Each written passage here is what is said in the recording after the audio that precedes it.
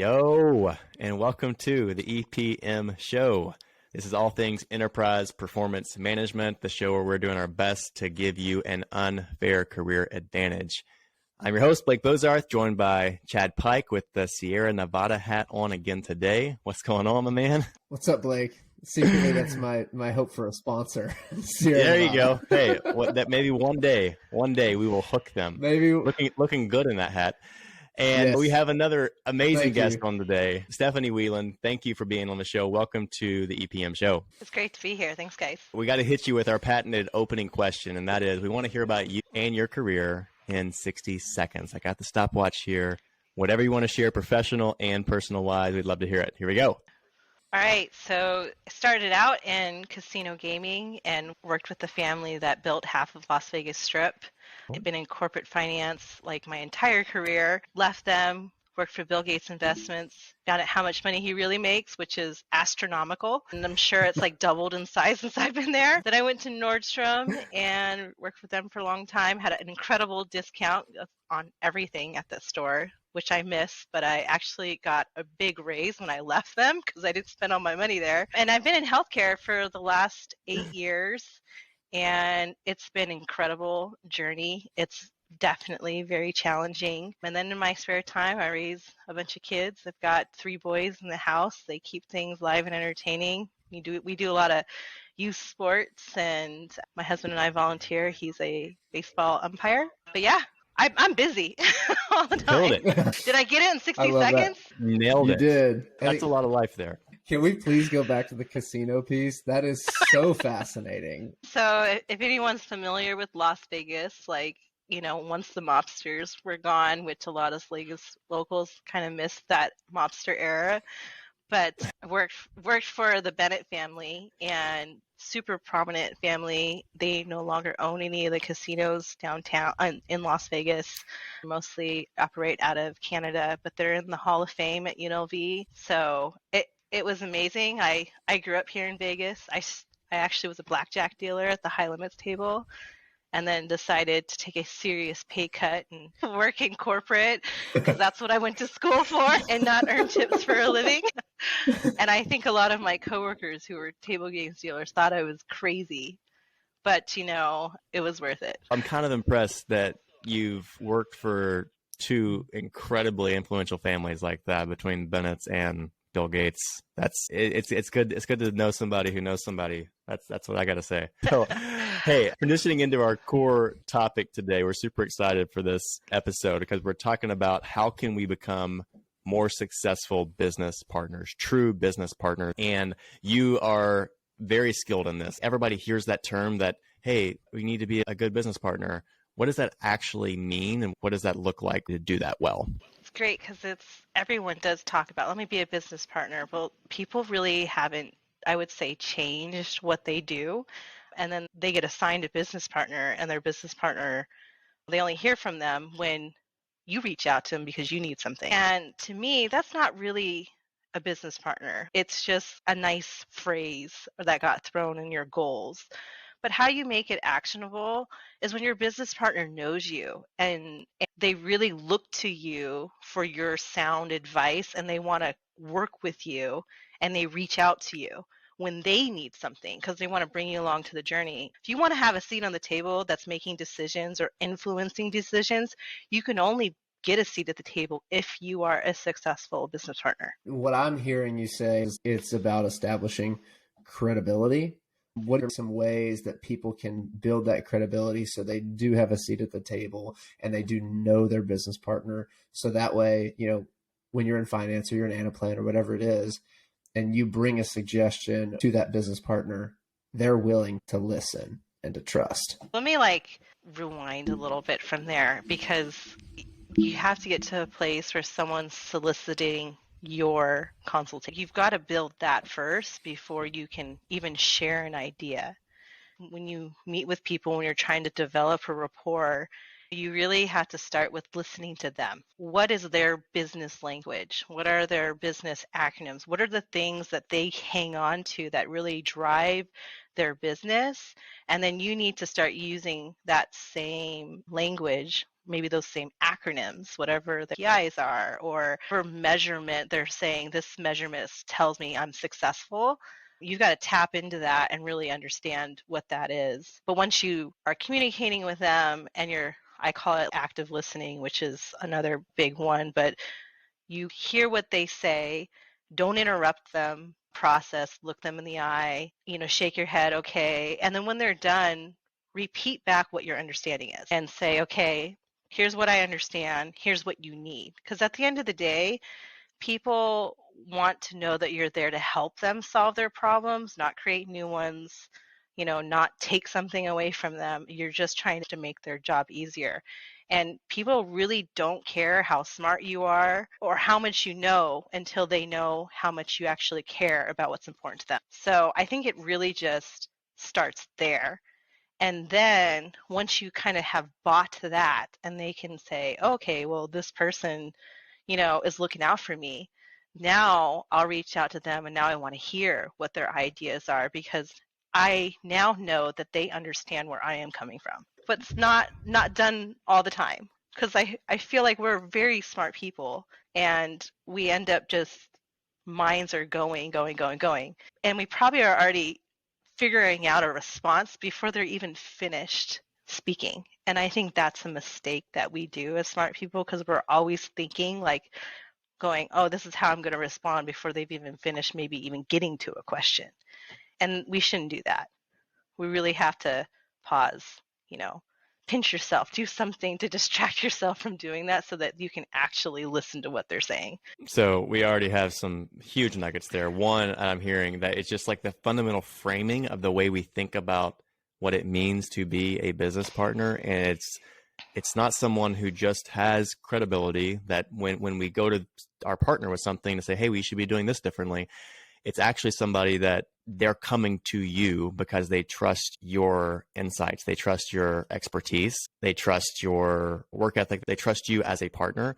And that's a fundamental shift of, I'm not just somebody who's going to be trying to tell them, hey, we should be doing this. I'm actually somebody who's a trusted advisor that is so valuable to them that they seek me out. And I'm not just somebody who tries to seek them out to influence them. So that's huge. The second thing is you just dropped a couple practical nuggets as well, which is, how can we be better at active listening? We know we should do that better. And one thing you just said, Stephanie, was it looks not thinking about what we're going to say next, but truly listening. And then the other practical tip is repeating back our understanding and making sure those things align. That's really good. Talk to us more about eye contact. And then I know you also are passionate about follow-up and what does that look like being a good business partner? If you're physically in the same room with that person, close your laptop, put your pen down if you still write notes, and look them in the eye as they're talking and nod like, yeah, okay, I'm following what you have to say. If you're virtual, look at your people in the eye. I have like 3 screens that I'm looking at and like a screen over here, screen over here. So you have to look on the screen and do this, do the same thing. If you're not in person where you can look at them in the eye and you're maybe on a phone call, you can write it down, but then you do have to kind of repeat back to them so that you understand. And sometimes they could say, oh yeah, everything except for this, right? That's what you want as an engagement. But then you do have to, regardless of how you meet with them, do follow up. And I would say follow up within the next 1 or 2 days, at most next week. But always follow up with like, hey, here are the things that I understand. Here are the takeaways. Here's what I'm going to get back to you on. And then if you follow up, now it's in writing, you sent an email or you sent a little, chat, whatever it is, and they can say, okay, they really got me. And then if you say, hey, I'm going to provide you this next week, provide it to them next week. And if you're late, tell them a day before you're going to be late. Like, hey, something came to the fire drill if it is, it's okay if I get to you the end of the following week instead of next week.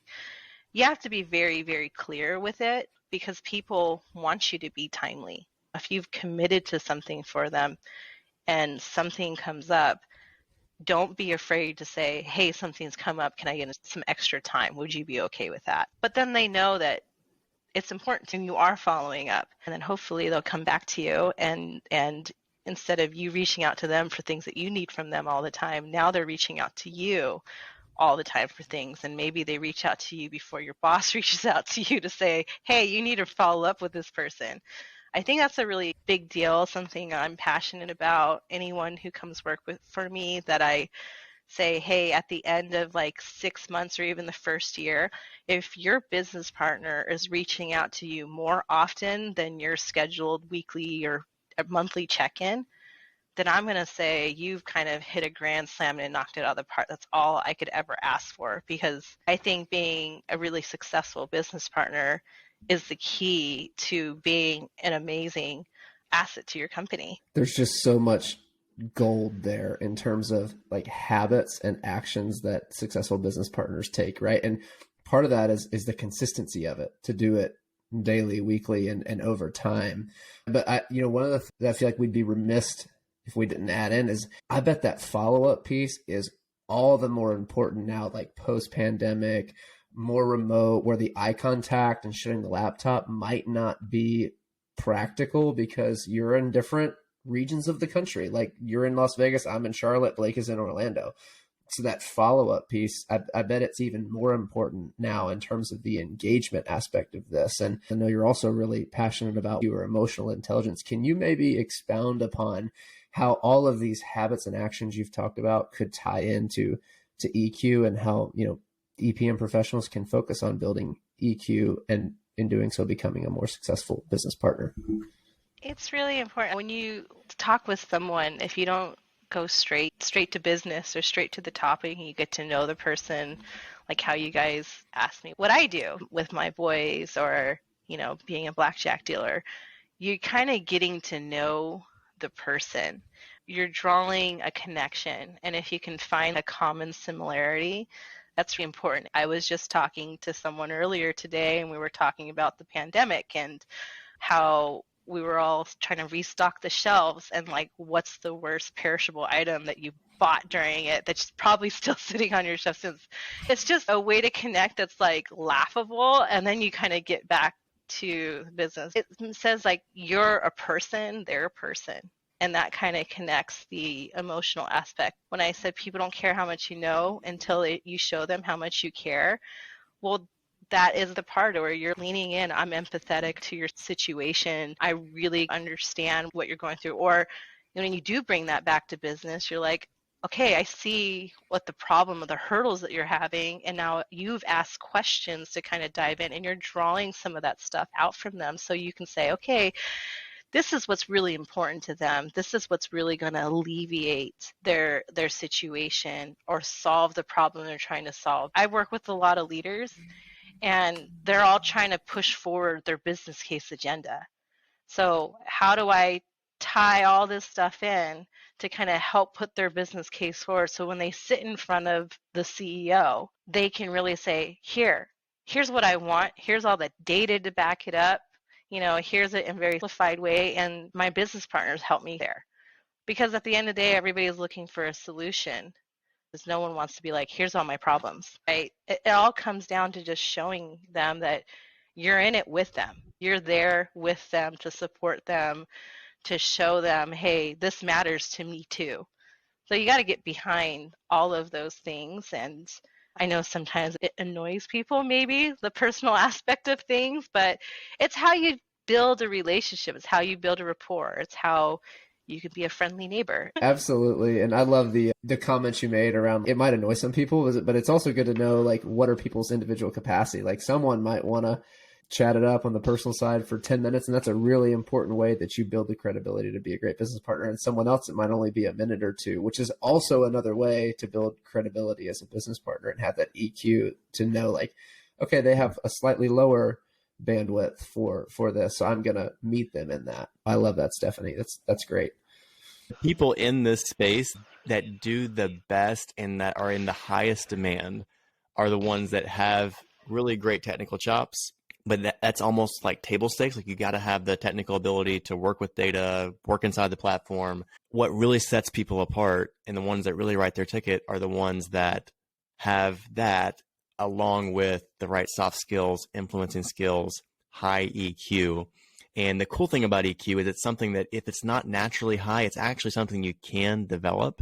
And everything that you've shared today has been practical, tangible things that people can do, habits, actions they can take to build EQ and to build that human relationship with other humans. So I absolutely love that. You also have an acronym, Stephanie, that I want to make sure we hit on. Talk to us about this acronym, because I also think it's very practical and tangible as well. Yeah, so it's going to sound really cheesy at first for everyone who's listening because it seems so simple. And I dropped it a little bit earlier, but to be a great, successful business partner, you must be an asset. I have a big finance background too, so it's probably like another reason why it's a little cheesy, but stay with me because it's really important. And I've kind of latched onto this for several years now. And it's, you need to be accurate in any work that you provide, data, numbers, be accurate with it. You need to be supportive with your attitude. So believe that you can help them, believe what they're saying. So be really supportive for them. Also be strategic with your decisions. So as you engage with people and you are helping consult them, share your ideas, be very strategic with them and to them. And E, empathetic. We've talked a lot about that. Got to be empathetic in your relationship to build that rapport.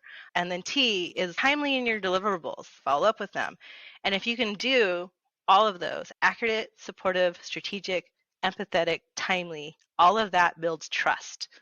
And when you build all that trust, you now have become an asset to your partner that you're working with. So I love it. It's so easy, a little cheesy, but it works. And I feel like I've been successful because I've done that. So I believe it works. I know it works, and I'm a living proof that it works. Easy, cheesy, but it works. That is so good. Be an asset. Amazing insights. One last question for you, Stephanie. You've done a lot. You've had an incredibly successful career and just, awesome personal life too. Mom of 3 in Las Vegas. Help stand up the Strip. We'll go with that. Any big goals that you have either personally or professionally that you're wanting to achieve? I'll answer that professionally and personally. Professionally, I do really feel like the wave of the future is, I've called them in networking circles, this unicorn of a person. And unicorns are some mythical creatures that doesn't exist, but we all wish we had. But these people are out there and they're so far and few in between. And they are the people that have that technical aspect and that financial background. And they can be a great medium in between to bridge that gap, because two very smart, different nerds in the world that speak different languages. So if you can bridge that gap, you are a force to be reckoned with. And those are the people that are really going to jump up the ladder if they can bridge those two gaps. And a lot of managers are going to have to understand that technical background so that they can lead those people. And those leaders are going to be these people that have those soft skills that we've been talking about all day today. So aspirational professional, I'm trying to be that. And so That's awesome. Personally, I'm a coach for baseball and softball. And I haven't done it since 2019, but I did coach an all-stars team back then, and I want to get back to it. And there's not a lot of female coaches that coach boys. Predominantly, that's what's in Little League. So I think I really do want to get back to it. I love it. It's always the challenge to walk in there and parents and other men, who's this girl walking in? But when I was a teenager, I was on a team who won the state champions. I love baseball and softball. So we get really into it. So personally, I'm going to get back out there and I'm going to go do it. And kids are so much fun to work with. They're so challenging, but it's so great to see kids start from barely knowing how to do something or just developing their skills, and by the end of the season they're just all superstars in their own way because they've grown and learned so much. And to know that you've been a part of that, to give them life skills or give them those baseball skills to carry on with their life and those memories, I love that I could be a part of that. So that's what I'm going to do personally. Those are 2 awesome goals. I'm inspired. Take it away, Blake. Hey, this has been so much fun, Stephanie. Thanks so much for being on the show. If people want to look you up, where is the best place to find you? So on LinkedIn, I'm on there, accessible. I do try to follow up if people reach out to me and ask me questions. So yeah, look me up there. I'm happy to have a chat with anyone who's interested about anything. Hey, this has been a blast. Thanks so much for being on the show. Hey, thanks for having me. This has been fun. Thanks for watching. Thanks for listening. Wherever you're consuming this, if it's YouTube, if it's Apple Podcasts, Spotify, we appreciate you. Make sure you're subscribed. We have a lot more amazing guests on the way, a lot more great content. We're doing our best to bring you value and have fun while we do it. And we really want this to be a career advantage, listening to this show, and we want you to enjoy it. So it means a lot. Make sure you're subscribed for what's to come. And also, if you're up for it, it would mean a lot if you leave us a like, a comment, a rating, a review, whatever platform you're on. That really helps, and it gets us fired up when we see those. So I appreciate you guys. Find us on LinkedIn. I'm Blake Bozarth. My co-host Chad Pike with a Y. Would love to connect with you there. Have an awesome day. See you next time. Peace.